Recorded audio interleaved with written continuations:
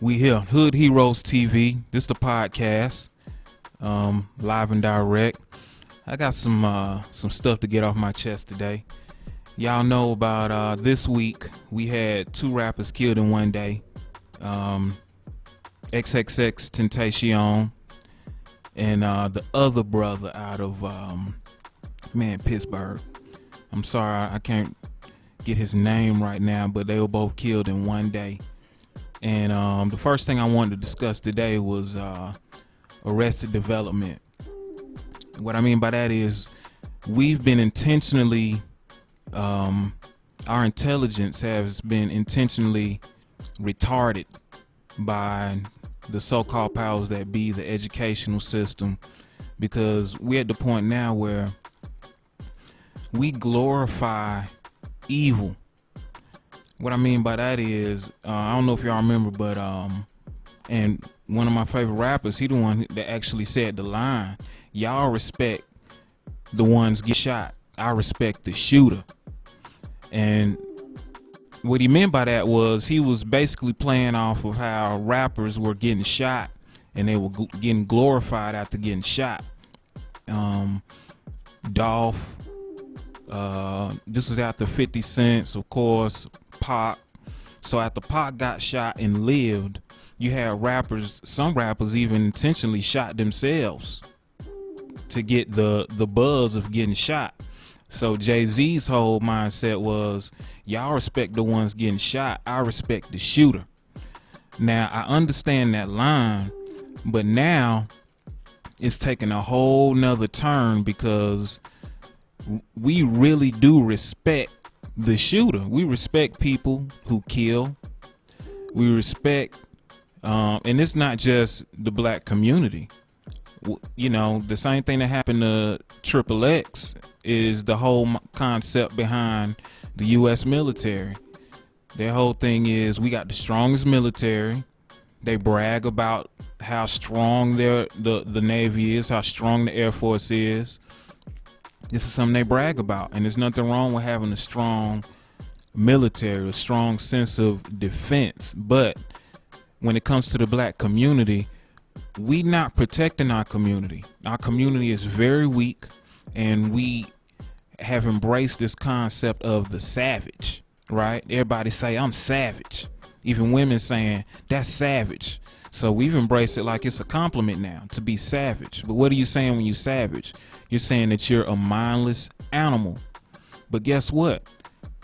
Brothers in the hood ain't even savage, because when it come to police, ain't nobody trying to take down police.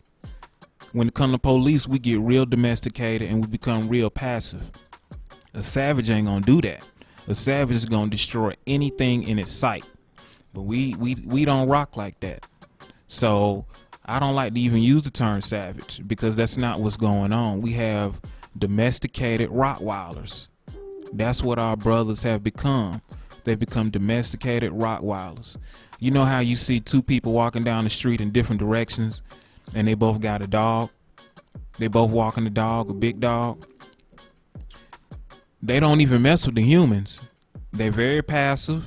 They on the leash of their master, walking down the street. But let that person across the street have another dog on the leash, them 2 dogs go at it. The doggone masters, they getting pulled by the leash because the dog's going at it. That's because the dogs are on the same vibration, and they respect the masters of the dogs, but they look at each other like, oh, we on the same level, we on this leash, so we finna bark at each other.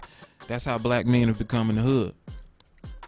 We don't buck when it comes to authoritative figures. When it comes to police putting their foot on our neck, we have no buck in us. None. We run. But when it comes to our own, man, we'll kill in a minute. We'll kill in a heartbeat. So in actuality, that's not savage. That's actual cowardice. So that's what we got going on in the hood. The reason why I say it's Arrested Development is because, you know, we've become slaves to money. We worship the white man. We'll do anything for money. And we justify it by saying, we getting a check, we getting that bag. It's to the point now where we'll hit an old woman over the head and snatch her purse.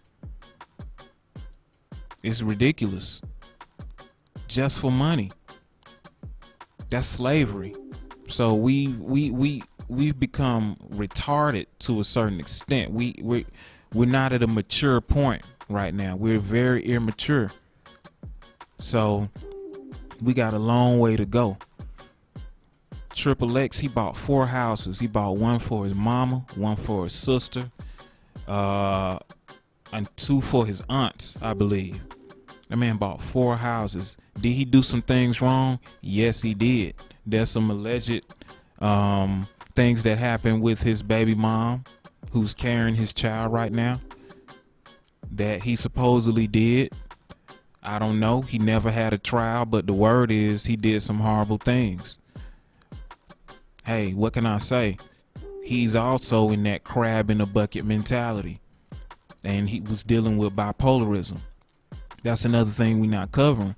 We're not covering the mental aspect of our people in the hood. There's a level of pain that our people are dealing with in our community. So we got to be honest about that. We got to be honest about us not talking about the psychological trauma that our people have gone through in our community, and it's real bad. So yes, black men and some black women have done horrible things, and we do horrible things to each other for money. But at the end of the day, it's all about capitalism. Capitalism, religion in America. That is the religion. It's even written on the money, in God we trust. So yes, they did some horrible things. The people who killed XXX, they did some horrible, terrible things. But what's so ironic about it is, when a rapper gets killed, the rap community, it kind of trips me out, because they act like it's the first person that done died this year. But how many 20-year-old black men have gotten killed by another black man in America this year? That's happened every day. It happens all the time. And you know what? When they killed XXX, I guarantee they was playing some rap music in the background to get them hyped. They was playing some rap music in the background, you know? So this music has been a spell, and it's actually motivated. I hate to say this, because I'm a part of the rap community, you know? I'm a student and a practitioner of the fine art of hip hop, and I believe in the power of it. But we got to call a spade and be honest about the detrimental effect that rap has had on our people. And it's had a horrible effect. It's had a positive effect, but it's being exploited right now. You know, let's talk about 6ix9ine. 6ix9ine, folks want to say he's independent. He's an independent rapper. 6ix9ine has, and I'm talking Tekashi 6ix9ine, if y'all don't know. 6ix9ine has old white money behind him. Old money. His label owner is the son of Universal, but they playing it like that's new money, like he's independent. He's not independent. We have people that have been put in the rap game to cause beef in the rap game just for distraction. That's their whole purpose, to be in the rap game, you know? So when somebody gets killed for real and is inspired to chase the bag, you know, what happens? Rappers act all for 2 days. Man, we got to change, y'all. We got to stop this. We got to stop this insanity. It's not right. But hold on now. Folks been getting killed all year, all last year. And now y'all talking about stop. So let's not play these games. Before I let it go, I gotta mention the "I'm glad he dead" face ass folks out there, y'all a trip to me because now everybody gotta be perfect for y'all to feel any type of sympathy for them and their family. Even though people do horrible things, like y'all said that about Stephon Clark in Sacramento that got killed by police. Y'all didn't like him because he said something about black women on a post and he had a white girlfriend. So because of that, it was okay for him to get killed by police. I mean, it's getting kind of silly now. So are we going to do a background check of everybody that get killed and make sure that they're perfect? You know, I mean, people got to be perfect to get any sympathy from their own. It's ridiculous. Stephon was like 19, 20. You know, so y'all a trip to me because y'all ain't got no problem supporting Lil Wayne, who said he only date dark-skinned women. Y'all got no problem with all these actors. Y'all go see all their movies when all of them got white women.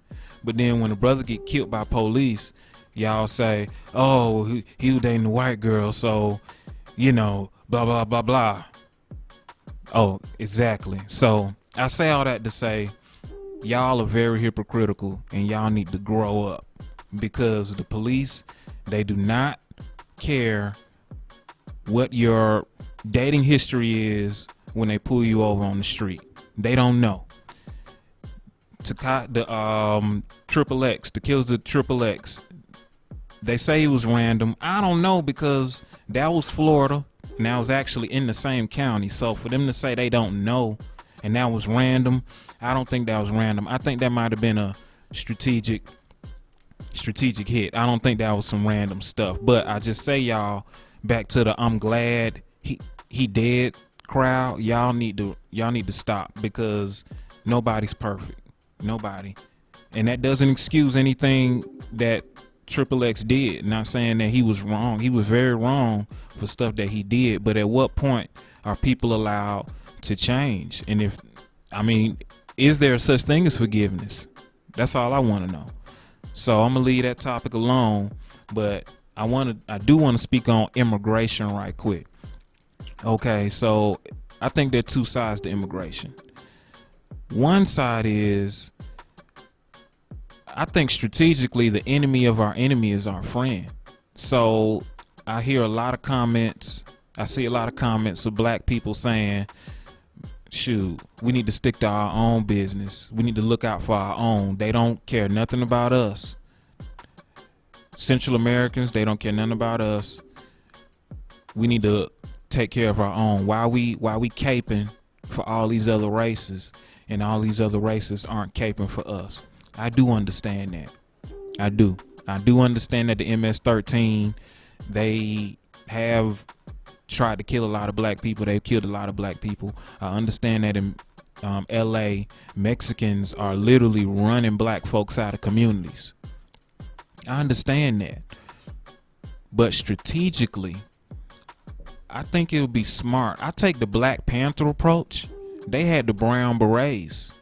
They had a Latino sect of the Black Panthers that they decided, okay, we need to unify with other people. But guess what? The Black Panthers also had White Panthers. They had a group of white people that saw things the way they did, and they was going to build them up.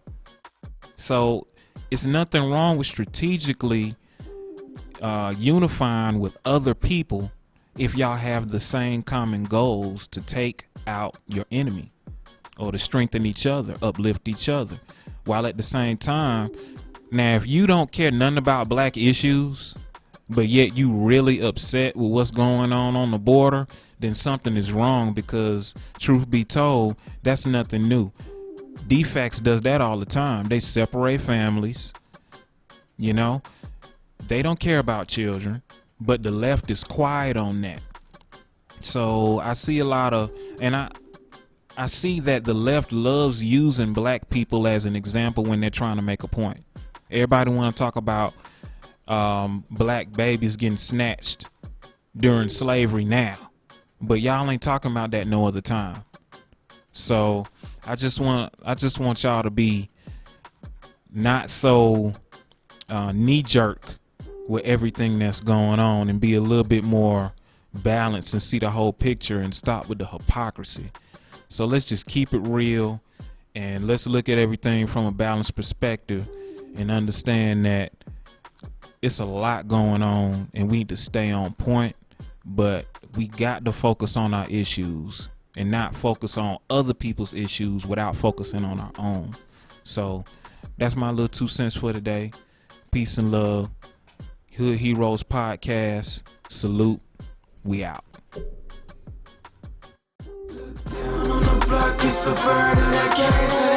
Howling at the moon, keep your peace, man. In the next and birds sing my name. Harder gets the test as long as you in the game. Birds fly high, man, the birds fly high. Justice gets the league, man, your ass might die. Up, and away we go. Transform in your booth like a hood hero. Military mind, spirit of a peace sign. Working on my natural powers for total peace in the meantime.